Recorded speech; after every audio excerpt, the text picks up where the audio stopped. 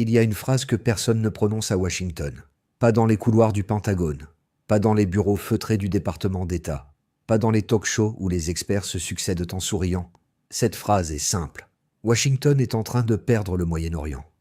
Pas dans une bataille spectaculaire, pas dans une défaite que les caméras pourraient filmer, mais de la pire façon qui soit pour une grande puissance lentement, silencieusement, par l'érosion de tout ce qui faisait de l'Amérique la puissance indispensable de la région. Et voilà le paradoxe que personne ne veut regarder en face. Plus Washington s'agite, moins Washington contrôle. Plus les avions décollent, les missiles frappent, les accords se signent, moins les capitales de la région écoutent vraiment. Le 20 avril 2026, Mohammed Ben Salman, le prince héritier saoudien, l'homme le plus puissant du Golfe, passe un appel téléphonique.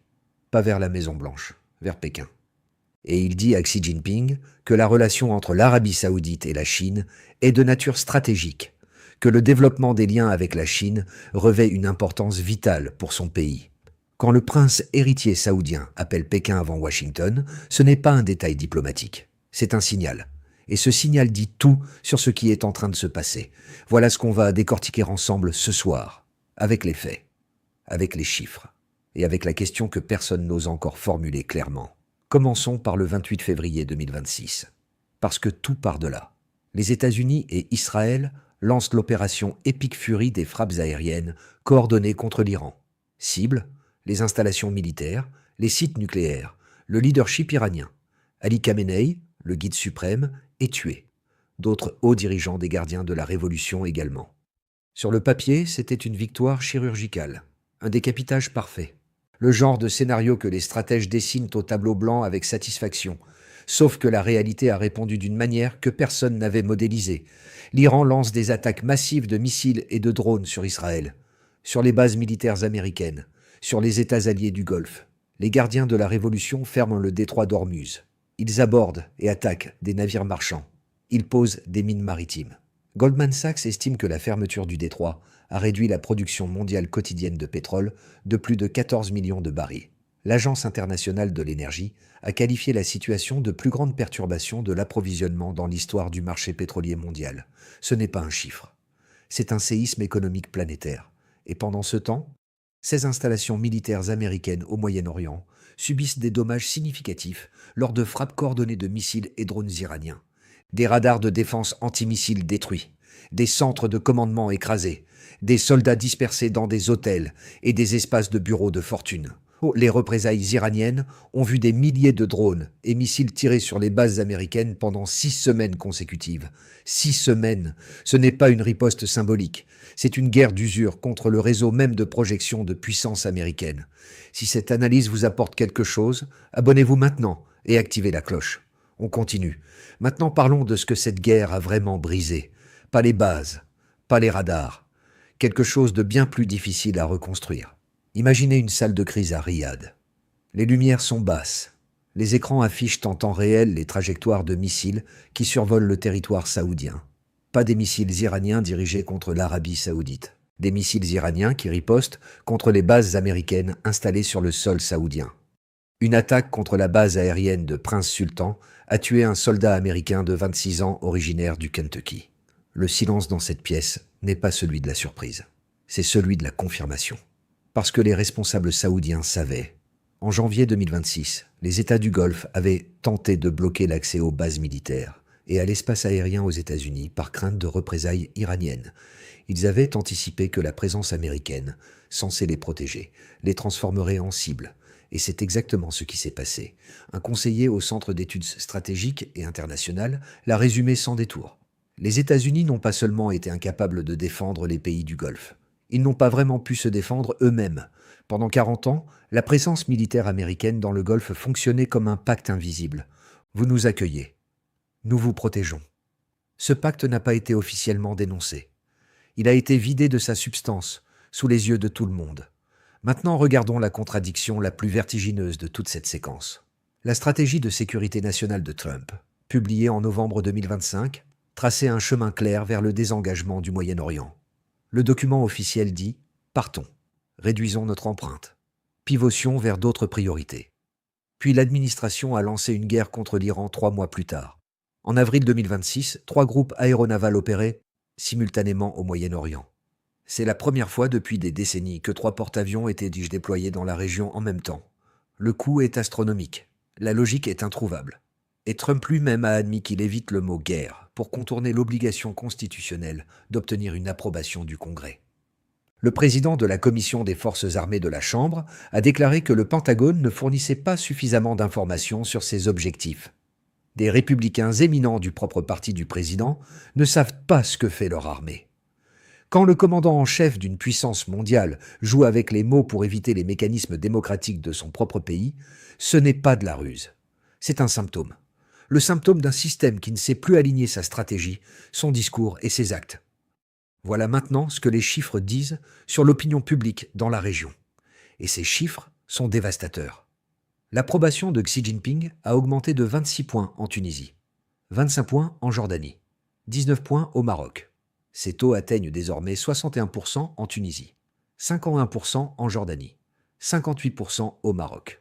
La favorabilité des États-Unis a chuté de 23 points en Jordanie, 19 points en Mauritanie, 15 points au Liban, 7 points en Irak. Ces chiffres ne mesurent pas simplement une opinion. Ils mesurent un mouvement tectonique. Quand les peuples cessent de croire en leurs protecteurs, les gouvernements finissent toujours par suivre. L'histoire le montre sans exception. Et les gouvernements arabes commencent déjà à rompre avec les États-Unis ou à essayer de dissimuler certaines de leurs relations avec Washington. Quand vos alliés les plus proches cachent qu'ils vous parlent, vous n'avez plus des alliés, vous avez des partenaires gênés. Parlons maintenant de la Syrie. Parce que ce qui s'est passé là est peut-être le signal le plus clair de tout ce qu'on vient de décrire. La Syrie a pris le contrôle total de tous les sites militaires où les forces américaines étaient précédemment déployées. Le dernier convoi de soldats et d'équipements américains a quitté la base aérienne de Kazrak, dans le gouvernorat de Hasakeh. 12 ans de présence, des milliards investis, un réseau d'alliances construit patiemment avec les forces kurdes. Tout ça s'est achevé en quelques semaines. Le commandement central américain a confirmé que les forces américaines ont achevé le transfert de toutes leurs bases majeures en Syrie. Il parle de transition délibérée. Quand on quitte un pays sans rien obtenir en échange, ça ne s'appelle pas une transition. Ça s'appelle un retrait. Maintenant, regardons ce que la Chine a construit pendant que Washington se battait. En 2024, la Chine a importé 78,6 millions de tonnes de pétrole brut d'Arabie saoudite. L'Arabie saoudite est l'un des plus gros fournisseurs de pétrole de la Chine. La Chine est le marché d'exportation énergétique le plus important de l'Arabie saoudite. Cette interdépendance n'est pas nouvelle. Ce qui est nouveau, c'est qu'elle commence à se traduire en termes politiques et sécuritaires. La Chine a joué le rôle de médiateur lors du rétablissement des relations diplomatiques entre l'Arabie saoudite et l'Iran en 2023. C'est la Chine qui a poussé l'Iran à accepter la proposition de cessez-le-feu de 14 jours négociée par le Pakistan. La Chine a lentement grignoté le statut de longue date de l'Amérique comme médiateur mondial de premier recours. Médiateur mondial de premier recours. C'était le titre invisible de Washington depuis Bretton Woods, depuis Camp David, depuis Oslo. Et ce titre est en train de changer de main sans qu'aucun traité ne soit signé. L'Arabie saoudite et les Émirats se positionnent rapidement comme des hubs mondiaux pour l'intelligence artificielle, le calcul avancé et les industries de données. La bataille ne se joue plus avec des porte-avions. Elle se joue avec des centres de données, des puces électroniques et des partenariats technologiques. Et dans cette bataille, Washington n'a pas d'avance garantie. Un commentateur émirati proche du leadership de son pays a dit quelque chose que personne ne voulait entendre. Les Émirats n'ont peut-être plus besoin de l'Amérique pour les défendre. Il est temps de penser à fermer les bases américaines, car elles sont un fardeau, pas un atout stratégique. Quand ce genre de phrase circule dans les cercles proches du pouvoir émirati, ce n'est pas de la provocation. C'est un repositionnement. Et le repositionnement ne s'arrête pas au discours. L'Arabie saoudite et le Pakistan, l'Inde et les Émirats ont signé de nouveaux pactes bilatéraux de défense. Ces développements représentent peut-être le début d'une nouvelle ère où les partenariats sont redistribués. Chaque nouveau pacte signé sans Washington est un fil de moins dans le tissu qui maintenait l'architecture sécuritaire américaine au Moyen-Orient. Un fil à la fois, personne ne s'alarme. 10 fils, on commence à sentir le courant d'air. 50 fils, et c'est le vêtement tout entier qui tombe. Voilà maintenant ce que cette séquence révèle sur le fonctionnement réel du pouvoir au XXIe siècle. Environ 166 navires-citernes sont actuellement bloqués au Moyen-Orient avec des millions de barils de pétrole brut, de kérosène et de gazole à bord. 166 navires prisonniers, C'est l'image la plus exacte de ce qui arrive à la puissance américaine dans la région. Massive, impressionnante, immobilisée. La primauté américaine est contestée, pas encore remplacée. C'est peut-être la formulation la plus honnête de la situation, mais contester une primauté, c'est déjà la fissurer. Et quand la fissure passe par le cœur énergétique du monde, par les alliances les plus anciennes, par la crédibilité même du bouclier militaire que vous vendez à vos alliés, ce n'est plus une contestation. C'est le début d'une recomposition structurelle. Ce que nous observons n'est pas un simple épisode, c'est un changement de paradigme. Un glissement subtil vers une multipolarité plus grande, où l'influence de l'Amérique diminue progressivement. Le mot-clé est subtil. Les empires ne perdent pas leur influence dans des explosions. Ils la perdent dans des murmures. Un allié qui ne rappelle pas. Un contrat qui part à Pékin plutôt qu'à Washington. Un prince héritier qui appelle Xi avant Trump. Un commentateur émirati qui dit qu'il est temps de fermer les bases. Un retrait de Syrie présenté comme une transition. Un détroit que l'Amérique ne peut ni ouvrir, ni contrôler.